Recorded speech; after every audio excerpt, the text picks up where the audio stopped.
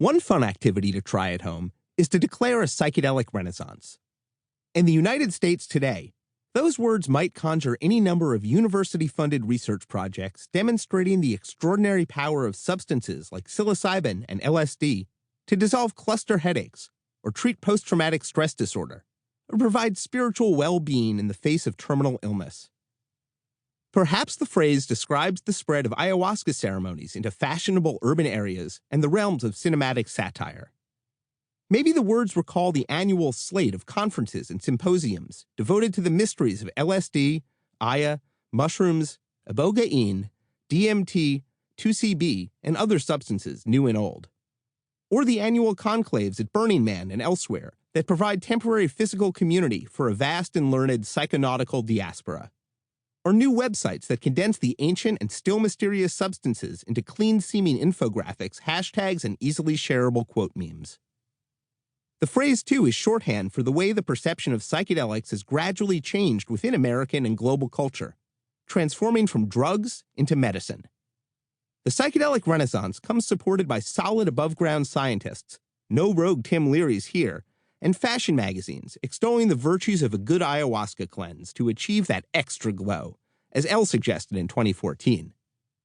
Indeed, when the phrase psychedelic renaissance is uttered, it acts, in part, as linguistic incense that might cloak the hairy, unchecked madness of the 60s. It carries the promise that this generation will be different.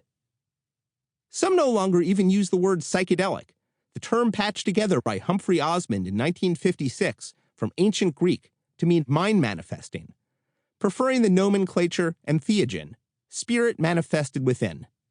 Others like sacrament. Many use medicine. In 2015, Thomas Roberts, the eminent professor responsible for the celebration of Bicycle Day, the anniversary of LSD inventor Albert Hofmann's first trip, outlined a 4-stage model of psychedelic renaissance: medical neuroscientific, spiritual religious, intellectual artistic, and mind design.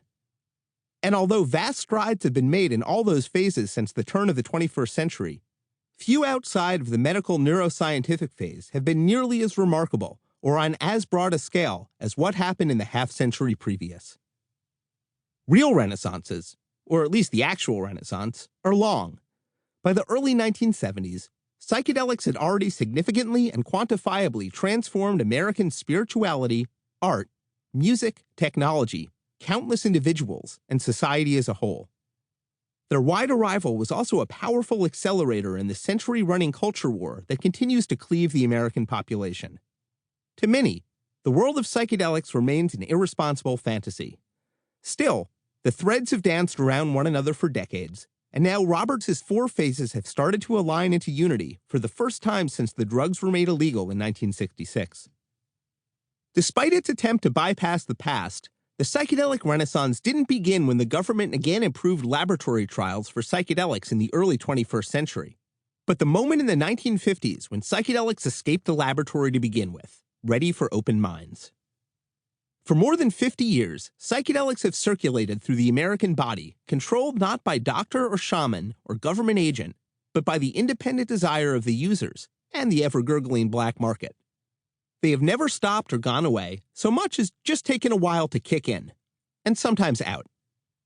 If one wants to learn how psychedelics might change American society, it is only necessary to study the second half of the 20th century to see how they already have.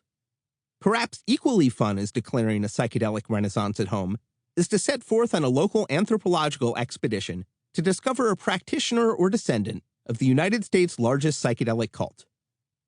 For 3 decades, the California band The Grateful Dead were not so much a religion as a doorway. They and their Deadhead followers provided the space that connected psychedelics to the mainstream narrative, visible evidence both of the drug's wondrous catalytic potential and their inherent dangers. This story is a narrative carried by many people, some individual, some in groups, some for short periods, some for long, some consciously, some not. But their codes remain understood among a large segment of the population.